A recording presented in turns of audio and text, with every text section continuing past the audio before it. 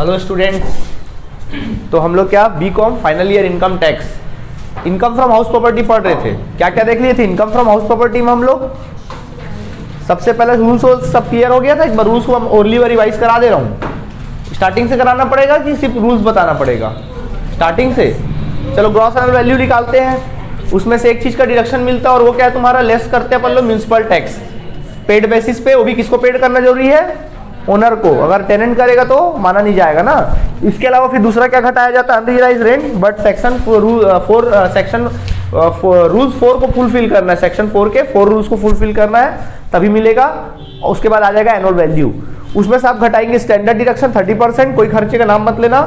और एक खर्चे का डिडक्शन मिलेगा, वो है तुम्हारा इंटरेस्ट ऑन लोन। ठीक है, इनकम फ्रॉम हाउस प्रॉपर्टी आ जाएगा। ग्रॉस एनुअल वैल्यू कैसे निकालते हैं? Which ever is greater, actual rent और एक्सपेक्टेड रेंट में कंपेयर करते हैं। जो ज्यादा होता है वही तुम्हारा ग्रॉस एनुअल वैल्यू होता है।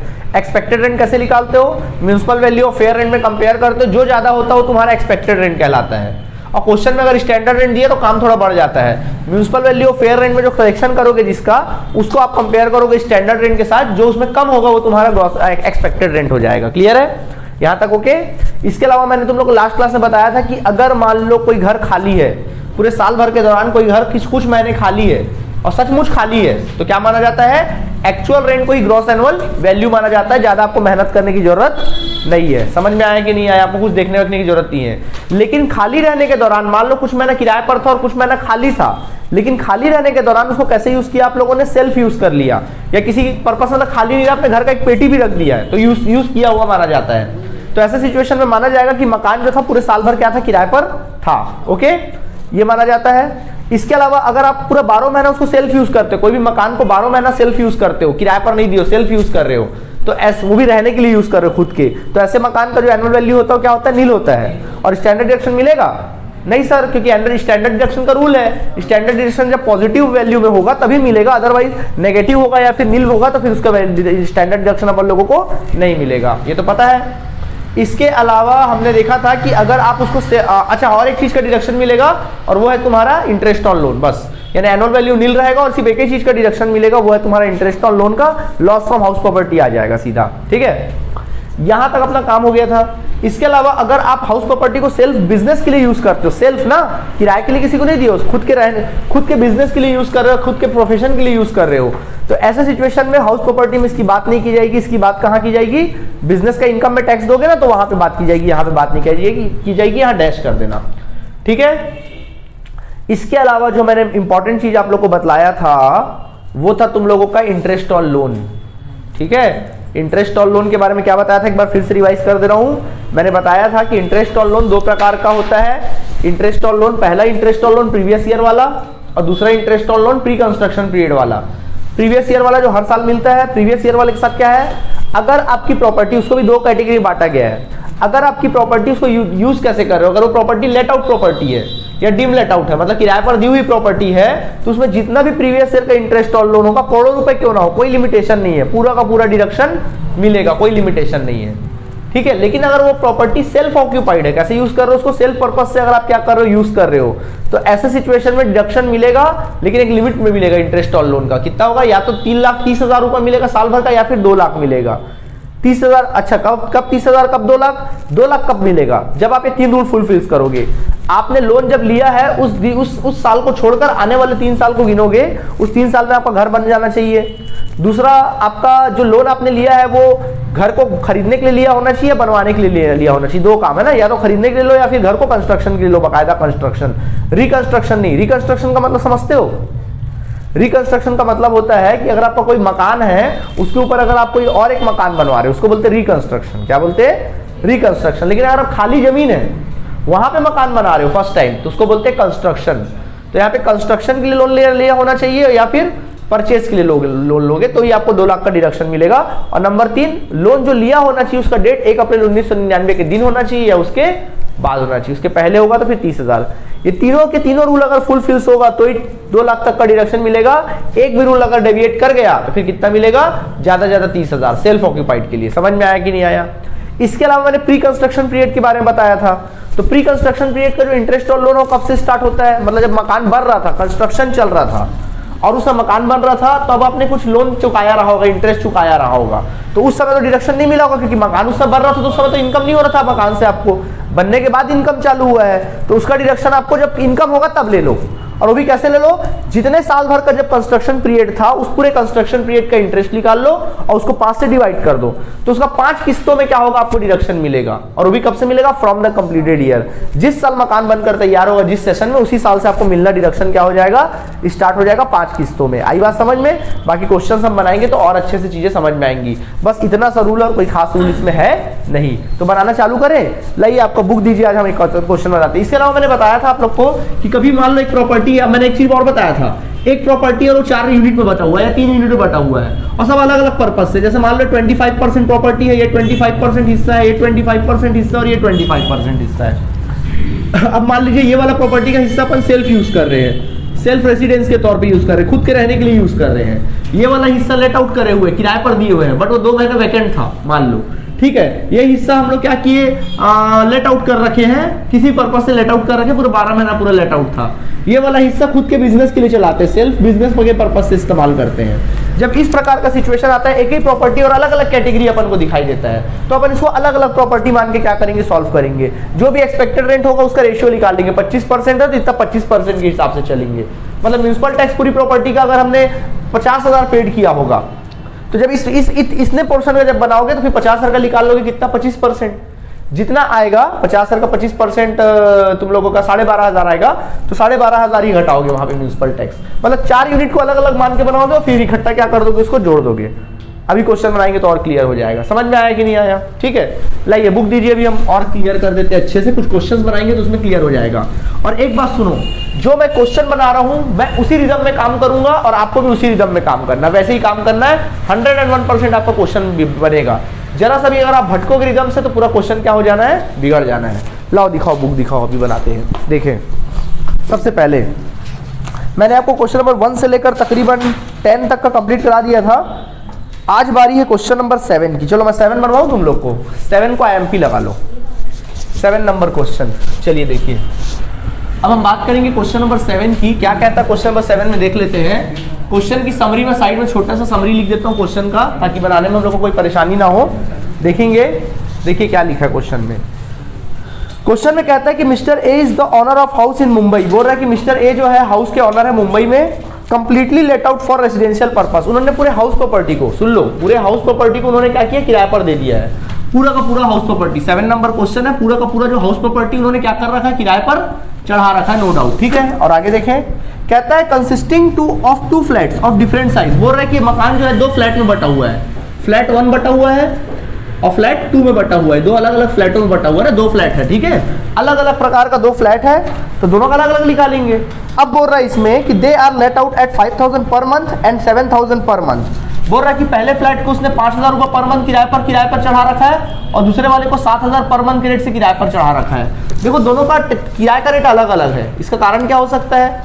हो सकता है एक फ्लैट छोटा रहा होगा, दूसरा फ्लैट बड़ा रहा होगा।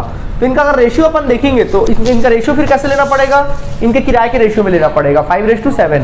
क्या लेना पड़ेगा, 5:7 ले लेंगे। आगे देखें, इसके बाद municipal value of the house is 96,000 rupees. पूरी हाउस प्रॉपर्टी का जो म्युनिसिपल वैल्यू था, पूरी हाउस प्रॉपर्टी का 96,000 पर मंथ नहीं पर एनम था, पूरे साल भर का, ठीक है, पूरी प्रॉपर्टी का।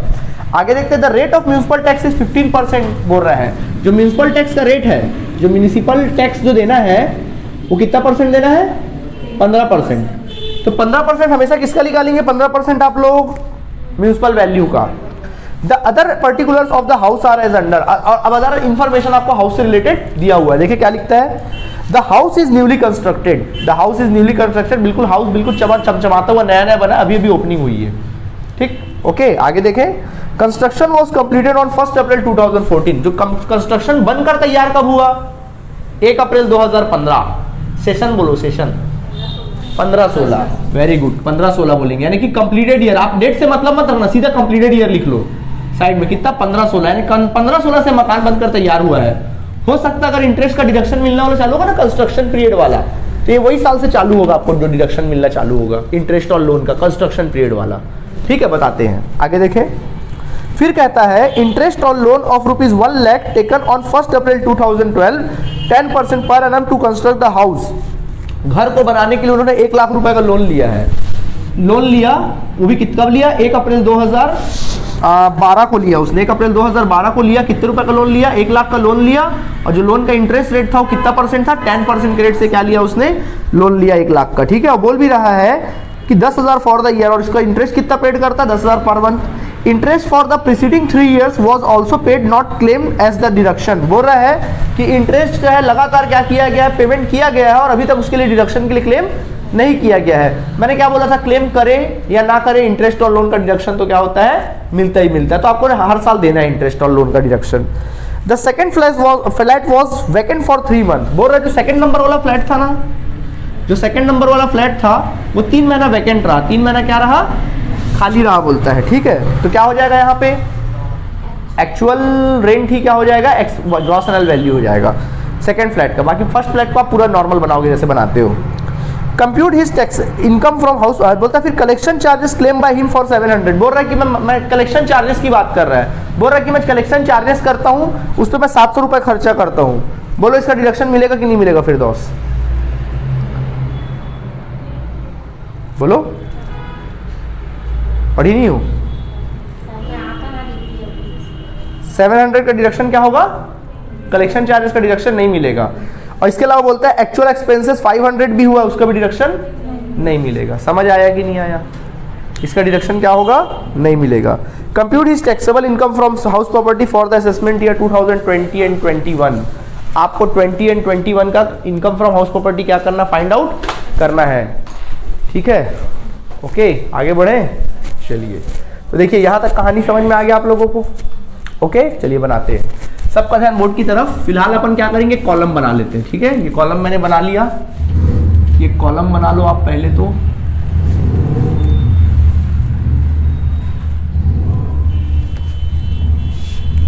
ये कॉलम बन गया अपना, अमाउंट का इनर कॉलम, आउटर कॉलम। ठीक है, ऊपर क्या लिखोगे? Computation of taxable income, income from house property of mister A डाल देना। फॉर द असेसमेंट ईयर लिखना तुम लोग का काम है। ठीक है, चलो यहाँ पे 2 फ्लैट है, दोनों फ्लैट का अलग अलग बनाओगे। ठीक है, चलो सबसे पहले फ्लैट 1 की बात करते हैं। पहले अपन किसकी बात करेंगे? फ्लैट 1 की बात करेंगे। ठीक है, फ्लैट 1 कैसे यूज किया गया है? लेट आउट है, किराए पर दिया हुआ है, लिख लो ब्रैकेट में लेट आउट।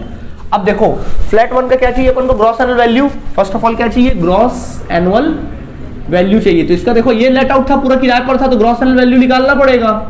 चलो ग्रॉस एनुअल वैल्यू निकालते। तो वर्किंग नोट पे अलग से लिखोगे। सबसे पहला नंबर 1 लिखोगे, नंबर 1 लिखना determination of gross annual value, determination of gross annual value निकालना है। ठीक है, चलिए देखें। सबसे पहला देखो नंबर पहला फ्लैट 1 का देखो, फ्लैट 1 का निकालो। देखो विच एवर इज ग्रेटर, क्या लेंगे? विच एवर इज ग्रेटर, जो ज्यादा होगा उसको अपन लेंगे। सबसे पहला क्या लिया जाता है? बोलो, पहला एक्चुअल रेंट और दूसरा एक्सपेक्टेड रेंट। बोलो एक्चुअल रेंट कितना मिलता है? 5,000 पर मंथ। तो देखो 1 महीने का 5,000, तो 12 महीने का कितना मिला होगा? 60,000 मिला होगा। ठीक है, और दूसरा एक्सपेक्टेड रेंट। देखो यहाँ पे एक्सपेक्टेड रेंट के नाम पे क्या फेयर रेंट दिया है? सिर्फ और सिर्फ म्यूनिसिपल वैल्यू दिया है, और कुछ तो दिया नहीं था। तो स्टैंडर्ड, तो म्यूनिसिपल वैल्यू क्या होगा? एक्सपेक्टेड रेंट होगा। बोलो कितना दिया म्यूनिसिपल वैल्यू? 96,000 पूरी हाउस प्रॉपर्टी का दिया है। 96,000 पूरी हाउस प्रॉपर्टी। हम बना रहे कितने का? एक फ्लैट का बना रहे हैं, और एक फ्लैट का रेशियो क्या है? 5:7। छोटा बड़ा फ्लैट है ना, तो 5:7 ले रहे हैं। तो कितना लेंगे यहाँ पे? 5 + 7 कितना होता? 12 नहीं होता? समझ आया कि नहीं आया? पार्टनरशिप में पढ़े थे ना रेशियो बांटना, तो रेशियो बांट दो, कितना आएगा बोलो? 40,000। ओके, देखो दोनों में ग्रेटर कौन है बताओ मुझे? 60,000। तो यही तुम्हारा आ जाएगा ग्रॉस एनुअल वैल्यू। इसका ग्रॉस एनुअल वैल्यू आ जाएगा कितना? इसको अंदर इनर कॉलम में लिखना 60,000 रुपए। समझ आया? अब इसमें से लेस क्या किया जाता है? म्यूनिसिपल टैक्स लेस किया जाता है, म्यूनिसिपल टैक्स। तो चलो म्यूनिसिपल टैक्स की बात करते हैं। तो फर्स्ट फ्लैट की म्यूनिसिपल टैक्स की बात करते हैं। म्यूनिसिपल टैक्स, तो बोलो म्यूनिसिपल टैक्स कितना पेड किया जाता बोल रहा है? 15%। तो देखो 96,000 का 15% निकालो, कितना आ रहा बताओ? 14,000। 15% 14,400 आया। 14,400 पूरे फ्लैट का आया। हमको कितने फ्लैट का चाहिए? एक फ्लैट का चाहिए। तो 5 बाय कितना करेंगे? 12। नहीं आया समझ में? 6000 आ जाएगा। कितना आ जाएगा?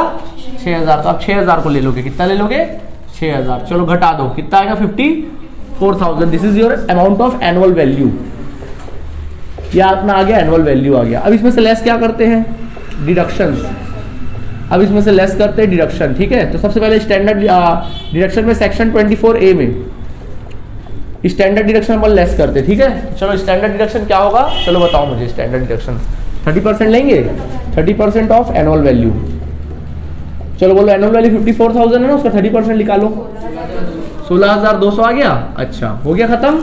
दूसरा डिडक्शन मिलता है, that is your section 24B, interest on loan, ठीक है। अब इधर देखो, इंटरेस्ट ऑन लोन दो प्रकार का होता है। सबसे पहला होता है प्रीवियस ईयर वाला इंटरेस्ट ऑन लोन, और दूसरा हम लोग को इंटरेस्ट ऑन लोन मिलेगा प्री कंस्ट्रक्शन पीरियड वाला, प्री कंस्ट्रक्शन पीरियड वाला मिलेगा। समझ गए? दो प्रकार का इंटरेस्ट ऑन लोन है यहाँ पे। तो चलो निकालना पड़ेगा, पहले प्रीवियस ईयर वाला निकालते हैं। देखो कैसे निकालना, सबका ध्यान बोर्ड की तरफ। इधर देखो, आपको कुछ नहीं करना है। देखिए, हमको इंटरेस्ट ऑन लोन निकालना, तो अपन लिखेंगे इंटरेस्ट ऑन लोन, ऊपर हेडिंग लिखना इंटरेस्ट ऑन लोन। सबसे पहला प्रीवियस ईयर वाला निकालो। तो प्रीवियस ईयर वाला देखो, 10,000 1 लाख रुपए का लोन लिया, उसका रेट कितना है? 10% है। देखो लोन का, बोलो साल भर का कितना निकला? 10,000। साल भर 10,000 पूरी प्रॉपर्टी का निकला है ना, पूरी प्रॉपर्टी का 10,000 पूरी प्रॉपर्टी का है। हमको फ्लैट 1 का चाहिए और फ्लैट 2 का चाहिए। तो फ्लैट 1 का 10,000 का तुम लोग निकाल दोगे 5/12, तो फ्लैट 1 का निकल जाएगा, और 10,000 का निकाल दोगे 7/12, तो फ्लैट 2 का निकल जाएगा। चलो बोलो, पहले इंटू करो फिर डिवाइड करो, बोलो। पढ़ नहीं पा रहे हो क्या? पॉइंट में ही आएगा ना, आने तो दिखाओ। छोड़ो यार, हद है यार, फाइनली यार।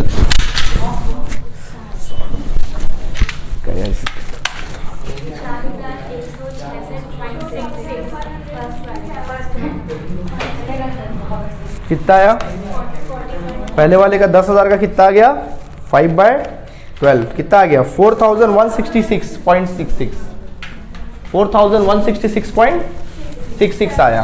तो ऑलमोस्ट 4,166.7 ले लो ऑलमोस्ट, ठीक है। और इसका देखो कितना आ रहा है? 5,333 आ रहा है क्या? देखो तो करके 5,333, 833, 800-300 पक्का ना? ठीक है, 833। ठीक है, नया कैलकुलेटर देंगे, टेंशन मत लो। ठीक है ना, देंगे ना, काहे टेंशन ले रही है। ठीक है, यहाँ तक आ गया कि नहीं आ गया? कोई दिक्कत हो गया? चलिए देखिए, तो प्रीवियस ईयर कितना है? आज पता चला पढ़ाई का महत्व। आंसर पता रहता तो टूटते ही नहीं, ठीक है। तो कितना है देखो, पहले वाला का ना, फ्लैट 1 का कितना है? 4,167 आया पहला वाला। दूसरा चाहिए हमको प्री कंस्ट्रक्शन पीरियड का चाहिए। क्या चाहिए? प्री कंस्ट्रक्शन पीरियड का चाहिए हम लोग को, प्री कंस्ट्रक्शन पीरियड का। तो प्री कंस्ट्रक्शन पीरियड का अपन को क्या करना पड़ेगा? निकालना पड़ेगा, ठीक है। तब देखो निकालते, इधर देखो, पूरे प्रॉपर्टी का पहले निकालो। तो प्री कंस्ट्रक्शन पीरियड में आपको ज्यादा कुछ नहीं चाहिए, सिर्फ 2 चीज चाहिए। सबसे पहला चाहिए आपको डेट ऑफ लोन। पहले ऊपर हेडिंग डाल लो, pre construction period. Pre construction period मतलब जब मकान बन रहा होगा, सुन लो ना, जब मकान बन रहा होगा तब आपने इंटरेस्ट दिया होगा। तो आपको 2 चीज से मतलब और किसी से कोई मतलब नहीं है। नंबर 1 एक चीज से मतलब है, और वो है तुम्हारा डेट ऑफ लोन। किसका मतलब है? डेट ऑफ लोन से मतलब है। समझ में आया? किससे मतलब है? डेट ऑफ लोन से मतलब है। बोलो डेट ऑफ लोन क्या है? बोलो डेट ऑफ लोन क्या है? कब लिए थे लोन? देखो बताओ मुझे। देखो 1 अप्रैल 2012 को हमने लोन लिया था, ठीक है। दूसरा हमको मतलब है कंप्लीटेड ईयर से। किससे मतलब है? कंप्लीटेड ईयर से मतलब है, ठीक है। तो बोलो मकान बनकर तैयार कब हो रहा है? 15-16 से बनकर तैयार हो। सेशन से मतलब है ना आपको, 15-16 बनकर तैयार हो, बस इसी से मतलब है, और किसी से मतलब नहीं। अब देखो कैसे करना है। अब देखो अपने को कंस्ट्रक्शन पीरियड चाहिए। कैसे निकलेगा कंस्ट्रक्शन पीरियड? सुनना, अब हमको चाहिए कंस्ट्रक्शन पीरियड। तो यहाँ पे मैं निकालता हूँ कंस्ट्रक्शन पीरियड। तो उस कंस्ट्रक्शन पीरियड लेंगे। तो कंस्ट्रक्शन पीरियड आपको कहाँ से कहाँ तक का लेना मालूम? आप लोग लेना जिस तारीख से आपने लोन लिया है। सुन लो, जिस तारीख से आपने लोन लिया उस तारीख को देखोगे। कौन सी तारीख से लोन लिया आपने? 1 अप्रैल 2012 से आपको 15-16 तक लेना है, ठीक है। तो 1 अप्रैल 2012 से लेकर 31 मार्च 2015 तक, 13 तक, पहला साल। अच्छा, 1 साल भी कैसे लोगे? तुम लोग मालूम इंटरेस्ट कब दिया जाता है? कौन से तारीख को इंटरेस्ट दिया जाता है? अच्छा मान लो, मैं एग्जांपल दे रहा हूं आपको, सुनो। मान लीजिए आपने लोन लिया, मान लीजिए आपने लोन लिया आज 1 अक्टूबर 2021 के दिन लोन लिया तुमने, तो बताओ इससे इंटरेस्ट कौन से तारीख को दोगे? बताओ।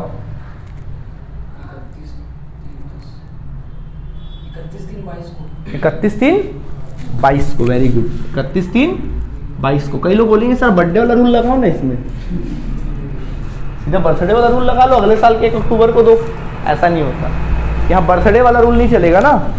कभी भी याद रखना, इंटरेस्ट का जो ड्यू डेट होता है हमेशा साल का एंड होता है। अब वो सीए बंदा है करके वो बता ले रहा है, ठीक है। तो 31 मार्च 2022 को हमेशा इंटरेस्ट जो ड्यू होता है वो कभी भी लोन लो आप, पहला जो इंटरेस्ट दिया जाएगा, इवन अगर आप 1 मार्च को भी लोन लिए हो तो पहला आपका इंटरेस्ट आ जाएगा।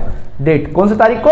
31 मार्च। भले 1 महीने का बनेगा वो इंटरेस्ट, लेकिन 1 महीने का दोगे, फिर अगले साल से भले साल भर का दोगे, ऐसा है, ठीक है। फिलहाल इसका कहानी क्या था, इसने लिया भी 1 अप्रैल को है और पहला इंटरेस्ट कब बनेगा? 31 मार्च 2013 को बना रहा होगा, पहला बना रहा होगा। दूसरा फिर 1 अप्रैल 2013 से 31 मार्च 2014 तक का बना होगा। ऐसे कब तक जाओगे मालूम? जब तक 15-16 ना आ जाए। तो फिर उसके बाद कब जाएगा? 1 अप्रैल 2014 से 31 मार्च 2015। अब अगला आगे देखो, अगला साल क्या आएगा? अब 15 से 16, तो 15-16 ईयर कंप्लीटेड ईयर हो जाएगा। तो कंप्लीटेड ईयर नहीं लेना है, कंप्लीटेड ईयर की जस्ट पहले तक लेना है, कंप्लीटेड ईयर की जस्ट पहले तक। कंप्लीटेड ईयर है 15-16, लोन लियो 1 अप्रैल 2012, तो पहला साल बना अप्रैल से लेकर मार्च तक का पहला इंटरेस्ट दिए होगे, फिर अप्रैल से लेकर 14 तक का दूसरा इंटरेस्ट और 14 से 15 तक दिए होगे तीसरा इंटरेस्ट। चौथा इंटरेस्ट में नहीं जाओगे क्योंकि मकान बनकर क्या हो गया? तैयार हो गया, 3 साल का। तो 3 साल का देखो, अप्रैल से मार्च कितना साल भर बन रहा है? पहले साल का इंटरेस्ट पूरे साल भर का। तो साल भर का इंटरेस्ट निकालोगे 1 लाख का कितना परसेंट? 10%। तो निकालो कितना आएगा? 10,000 आ जाएगा। फिर अगले साल का भी पूरे साल भर का बन रहा है 10%, कितना आ जाएगा? 10,000 आ जाएगा। और फिर अगले साल का 1 लाख का कितना परसेंट? 10% कितना आ जाएगा? पूरा साल भर का 30,000 आ जाएगा। समझ आया कि नहीं आया?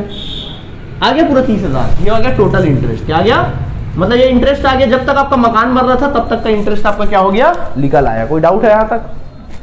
हर क्वेश्चन स्टार्टिंग से लेकर एंड तक मैं जितने भी क्वेश्चन बनवाऊंगा ऐसे ही बनेगा, ऐसे ही बनेगा। आई बात समझ में कि नहीं आई?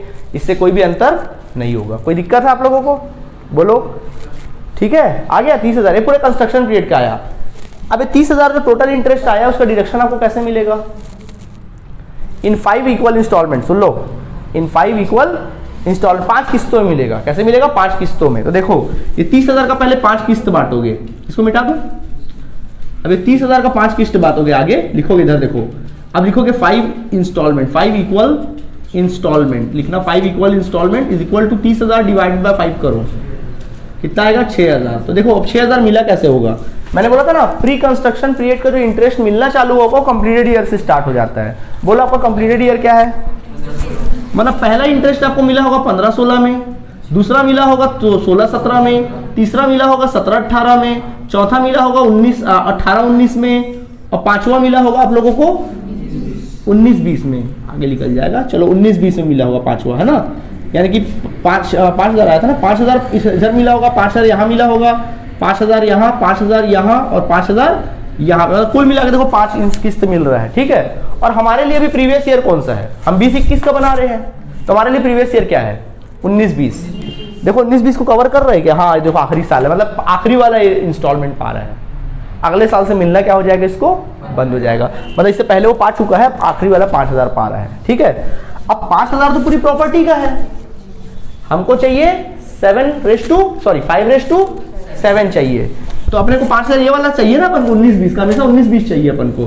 चलो 5,000 को 2 पार्ट में डिवाइड कर लो, फ्लैट 1 में बांट लो, फ्लैट 2 में बांट लो। तो 5,000 का निकालोगे 5/12 कितना आ जाएगा बोलो?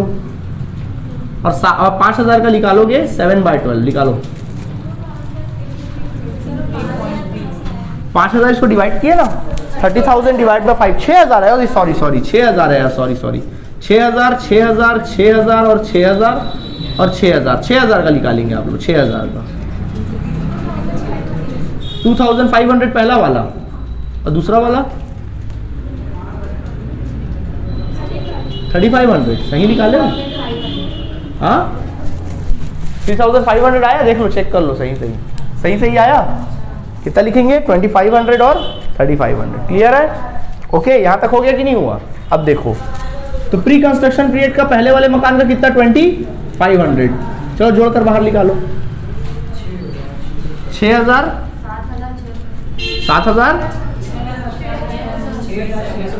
7667 ऐसे ही आया। ठीक है, अब सुनो, ये भी माइनस का आइटम, ये भी माइनस का आइटम। 54,000 में दोनों को डिडक्ट करो, 54,000 में दोनों को डिडक्ट करो, घटाओ कितना आ रहा बताओ। 31,033 आ रहा है। चलो ठीक है, इतना लिख लो।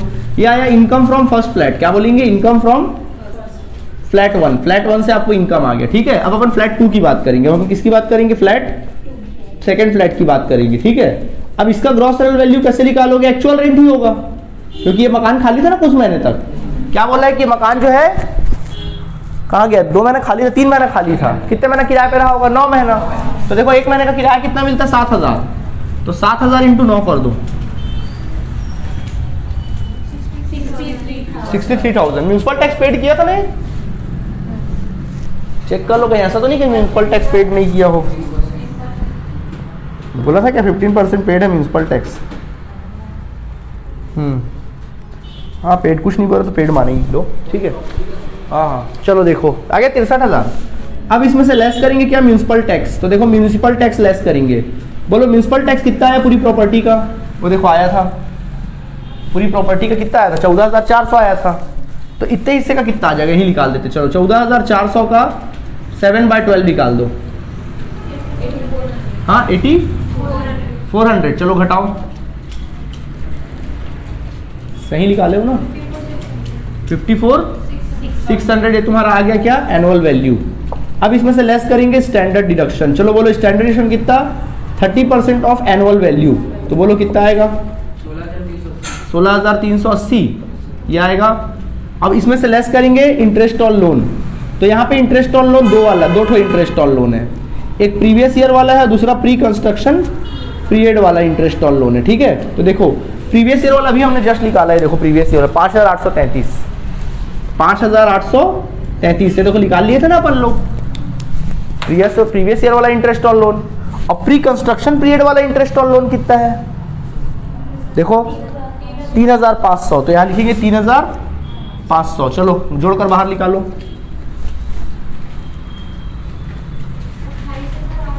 अरे दोनों को जोड़ के बाहर निकालो, 9,333। अब एक काम करिए, 54,600 में इन दोनों को घटा दीजिए, 27,827 ऐसा आया, 87, 28,887 ये आ गया इनकम फ्रॉम कौन सा फ्लैट आया भाई, सेकेंड फ्लैट आ गया, फ्लैट 2 आ गया। ठीक है, ऐसा। तो बस दोनों को ऐड करो तो देखो ये यहाँ से इनकम, यहाँ से इनकम, दोनों प्लस में है ना। कितना है, 60,020 आ रहा है, 30 की 20 आंसर आया क्या, देखो चेक करो। हाँ आ गया भाई। तो अपन लिख सकते हैं income from house property, total income from house property कितना आ गया, 60,000 कितना आ गया, 20 क्या हो गया, निकल आया। समझ में आया, जो जो मैंने स्टेप्स फॉलो किए वैसे ही बनाना है इंटरेस्ट ऑन लोन में और pre construction period of interest on loan में। समझ में आया, ठीक है, चलो नोट करो जल्दी से।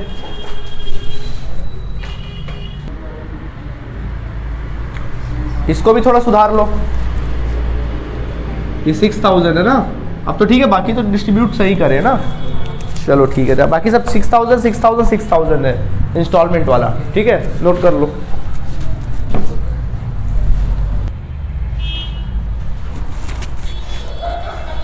देखिए 7th नंबर क्वेश्चन मैंने आप लोग को बता दिया, अब बारी किसकी, 6 नंबर क्वेश्चन की बारी है। ठीक है, देखिए क्या लिखा है 6 में, mister Joseph own a house is let out for residential purpose. Mister Joseph एक हाउस प्रॉपर्टी के मालिक है और उन्होंने उसको रेसिडेंशियल पर्पस से किराए पर उठा रखा है। ठीक है, the construction of the house was completed in June 2016।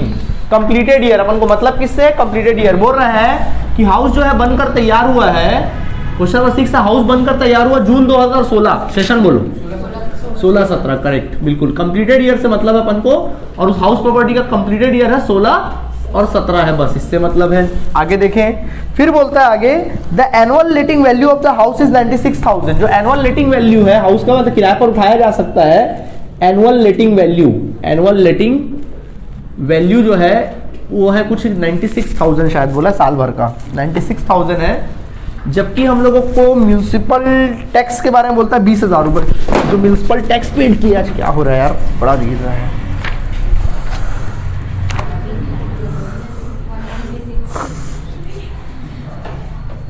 देखो जो म्यूनिसिपल वैल्यू है हाउस का वो 90, म्यूनिसिपल टैक्सेस जो है कितना है 20, म्यूनिसिपल टैक्स बोल रहा है 20,000 है। म्यूनिसिपल टैक्स कितना दिया है 20,000 है। म्यूनिसिपल टैक्स कितना दिया है 20,000 रुपये म्यूनिसिपल टैक्स दिया हुआ है। आगे कहता है ही स्पेंड 24,000 ऑन व्हाइट वॉशिंग, बोल रहा है कि उसने पोताई वोताई कराया, उस पर 24,000 रुपये खर्च किया। क्या मतलब है इससे? आगे लिखता है on 1 April 2014 he borrow 30,000 on pro note at 12% and spend on the construction of the house. बोल रहा है कि 1 अप्रैल 2014 को उसने बोरो किया कुछ 30,000 रुपये, बोरो किया मतलब लोन लिया। बोल रहा है कि उसने 1 अप्रैल 2014 को, यानी 1 अप्रैल 2014 को उसने कुछ लोन लिया। वो भी कितने रुपए का लोन लिया 30,000 का लोन लिया, जिसमें इंटरेस्ट रेट जो था वो कितना था 12% पर एनम के रेट से इंटरेस्ट लोन लिया। और उसको खर्चा किस पे किया, घर को बनवाने के लिए खर्चा किया। नथिंग हैज बी रीपेड, बता बोल रहा है उस लोन में से कुछ भी पैसा रीपेमेंट नहीं हुआ। Out of this loan so far mister Joseph earn salary 20,000 रुपये पर मंथ। बोल रहा है कि मिस्टर जोसेफ जो है सैलरी भी कमाते हैं और हर महीने कितना कमाते हैं 20,000 पर मंथ। तो यार अपन हाउस प्रॉपर्टी बनाने बैठे, सैलरी बनाने थोड़ी ना बैठे हैं, सैलरी से मतलब नहीं। फिर भी देखते आगे क्या कहता है। फिर कहता है he has a scooter for going office and spend for petrol etcetera on average 1,000 rupees per month. उनके पास एक स्कूटर है, उसमें ऑफिस जाते हैं, 1,000 रुपये खर्चा है स्कूटर का। क्या करे इसका, कोई मतलब नहीं।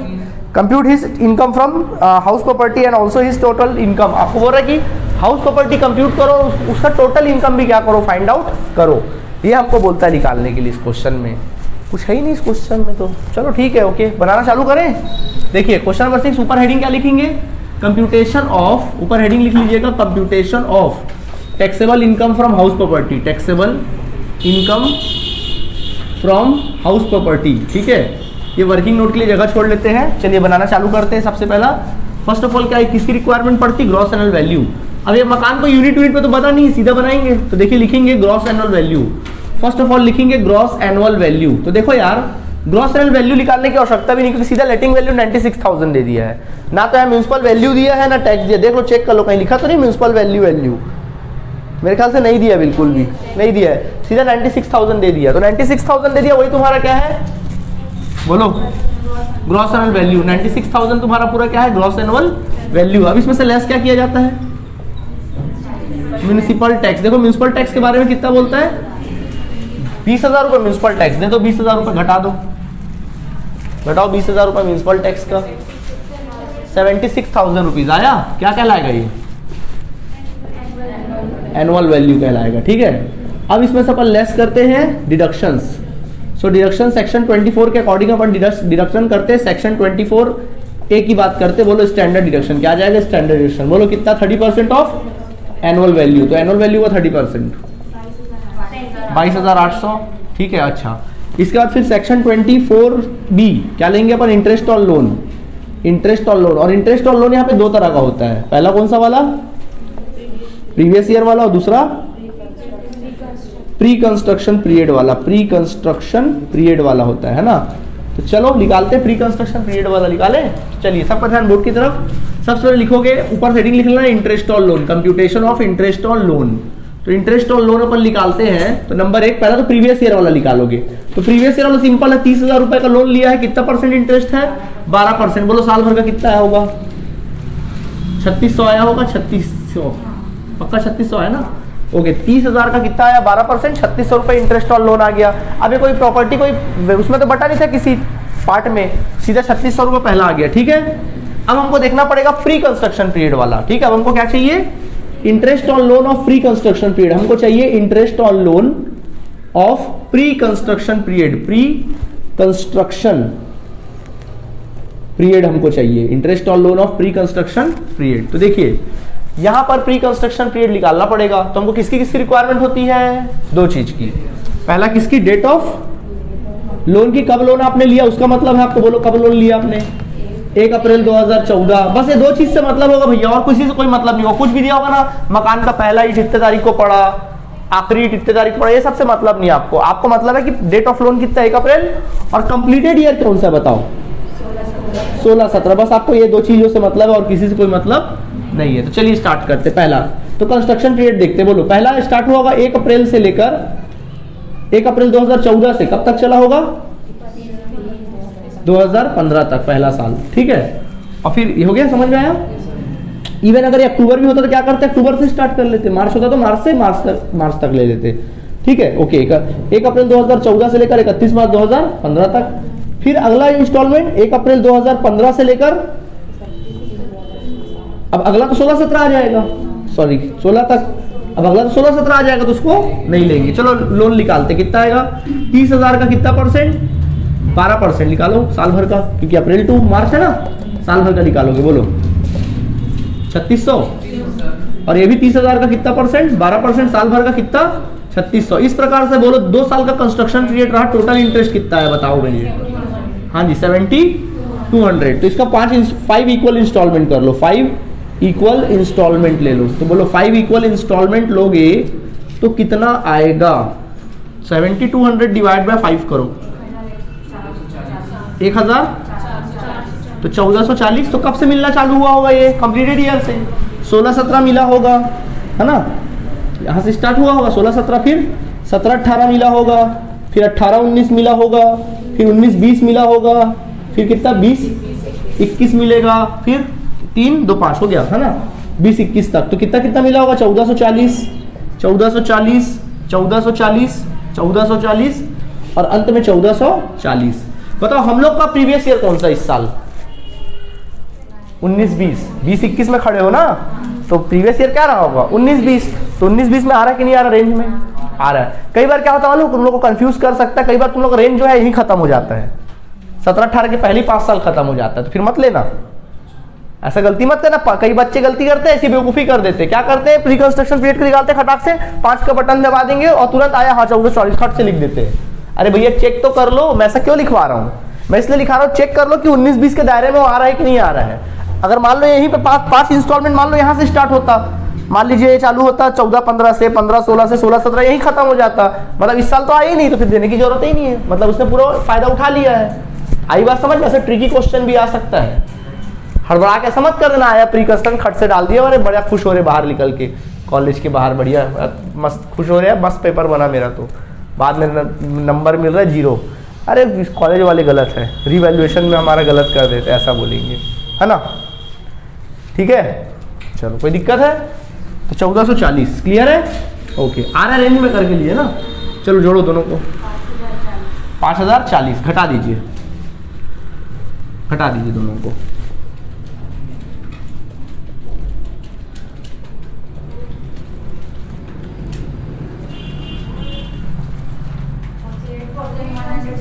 $48,160। This is your income from house property. आ गया?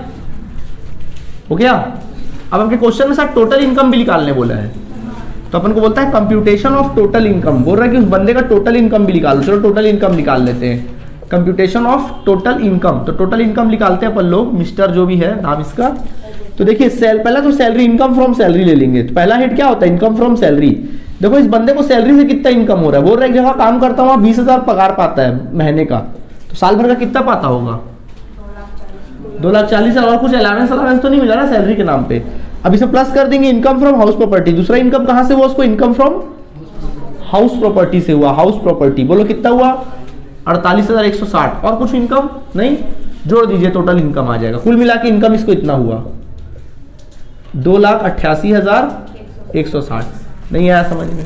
कितना आसान था, समझ में आया? देखो मैंने वही रिदम फॉलो किया जो पिछले क्वेश्चन में किया था। अंतर सिर्फ क्या था, वहां पे मैंने रेशियो में डिस्ट्रीब्यूट किया था, यहाँ डिस्ट्रीब्यूट करने की आवश्यकता नहीं थी क्योंकि एक ही प्रॉपर्टी था। क्लियर है? ओके, तो यहां तक कोई परेशानी है तो बताइए आप हमें। जी बिल्कुल, कहाँ पे? ये वाला यहां तक आ गया समझ में? वो रूल है कि आपको जैसे कंस्ट्रक्शन पीरियड में आपने इंटरेस्ट पे किया होगा ना, आपने पहले साल का जितना कंस्ट्रक्शन पीरियड चल रहा था, जब आपका मकान बन रहा था तब भी तो इंटरेस्ट दिया होगा तुमने। लोन लेती हो तो आपको इंटरेस्ट तो देना पड़ेगा ना, मकान चाहे बने या ना बने, जिस दिन आपने लोन लिया उस दिन से आपका इंटरेस्ट ड्यू हो जाता है। तो अब गवर्नमेंट अपन को छूट कब दे रहा है इंटरेस्ट ऑन लोन पे? जब हमको इनकम हो रहा है। अब जब मकान बन रहा था तब तो हमको इनकम नहीं हुआ होगा तब, लेकिन तब भी इंटरेस्ट तो हम भरे होंगे ना। तो हम बोलेंगे ठीक है भाई, आपको इंटरेस्ट और लोन का प्रीवियस ईयर का आप छूट दे रहे हो, जब मेरा मकान बन रहा था तब तो आपने छूट नहीं दिया, आप गवर्नमेंट को बोलोगे। गवर्नमेंट बोलेगा ठीक है, गवर्नमेंट बोलता है ठीक है, जब आपका मकान बन रहा था उस समय तक का इंटरेस्ट निकाल लो। तो देखो मकान 2 साल तक बना ना, आपने लोन लिया था 1 अप्रैल 2014 को और मकान बनकर तैयार हुआ 16-17 में। तो मकान का कंस्ट्रक्शन पीरियड क्या है?